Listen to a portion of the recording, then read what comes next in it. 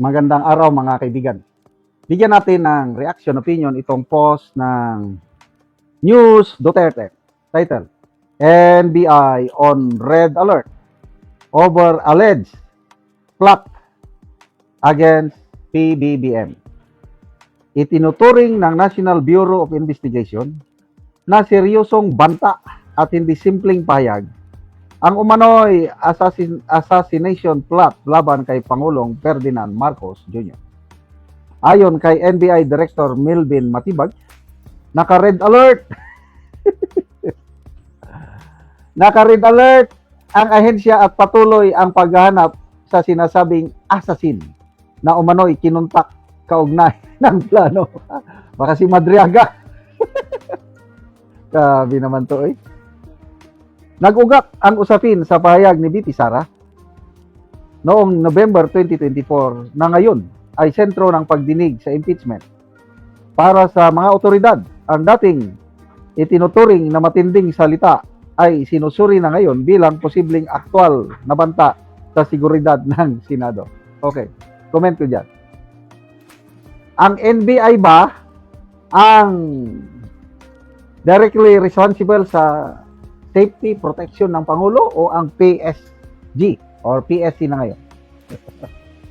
Bakit mag-red alert ang isang investigative agency na hindi naman nakatasking sa seguridad protection ng Pangulo? Ang PSC o PSG, everyday yan, red alert. Dahil hindi biro yung seguridad ng Pangulo. Araw-araw. Napakatindi napakabigat ang responsibilidad ng Presidential Security Command. Dapat mapanatiling protektado ang Pangulo. Example, sa US, before yung election noong November 2024, di ba? May nag-assassinate kay President Trump. Mabuti na lang, by act of God, lumingon si President Trump. Kaya dito lang sa tenga, paano kung hindi siya gumanon? Sa pool. So, bago lang, may nagpaputok naman sa Washington, D.C. So, talaga, importante ang seguridad ng Pangulo and it's an everyday alert. Ito, yung sinasabing red alert, optics, propaganda. Gusto lang nilang i-hype o i-ventilate ang isang vice presidente na ngayon daw, sabi ni yung post ni Senator Trillanes, ex-Senator Trillanes, ngayon daw sa hearing sa Kamara, yung pinakamalaking ebidensya daw na isisiwalat doon sa assassination threat ng Vice Pangulo isisiwalat. I don't know, baka may ilalabas sila na assassin na umamin na siya ang kinontak ni Bibi Sara. So, huwag kayong mabibigla. Kasi yan may nakontak na akong tao na maggurgur din sa kanila. So, kung may pakita sila na ako si ganito, ako ang inutosan o kinontak, binayaran.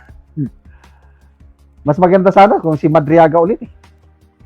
Para lahat na nandun kay Madriaga. But ayaw na daw nilang patawag si... Sana mag-present sila ng isang witness. Para mas maganda nun. Para the more witness nila na katulad kay Madriaga, the better. Kasi bubutasan ng mga abogado ni BP Sara yan pag nag-cross-examine. I tell you. Ang sarap po. Ako nakapanood ako ng yung hearing talaga sa kaso sa korte. Yung witness na alanganin, nako, ang daling mabuking sa isang experience na litigation lawyer. Sa pagtatanong pa lang, wala na. Kawawa yung napanood kong trial. Kawawa yung witness, kawawa yung piskal. Palaging, objection, Your Honor. So, ako, excited akong manood sa impeachment trial ni VP Sara, lalo na pag tatayo na sa witness stand si Madriaga at saka si Trillanes. Sino pa bang mga witnesses nila? Sige. Ito, yung kahon, yung dala ng BIR. Kasi sinupuena ng Committee on Justice ang BIR, dalhin ang mga income tax return ng mag-asawang Duterte, dinala naman. Kaya lang nakasil. Kaya lang hindi naman yung steel box. Sabi ng kaibigan kong senior officer ko, retired general, ano naman, masyado namang pobre ang Pilipino. Yan lang ang box na, dapat sana yung parang ballot box ba, yung mga ganon. Tapos nakakandado ba o ano. Di fact daw, itong BIR commissioner natin na Mendoza ba yun? Charlito Mendoza. Maganda yung sinabi niya. Na hindi pwedeng i-open yan. Nagbigay siya ng babala. Kaya lang, di fact daw na dinala ng BIR commissioner yung income tax return, that's now a violation of the law. Sabi ni Attorney Kim Hinares, BIR commissioner, panahon ni Pinoy. So, I don't know. Ngayon daw, didesisyonan ng committee kung i-open o hindi. Sana i-open nila para meron na namang kasong isasampa laban sa kanila. Kaya antabayan na natin ang mangyayari sa mini trial o hearing sa Kamara. I don't know anong oras magsimula. Salamat mga kaibigan sa inyong pagsubaybay sa channel na ito.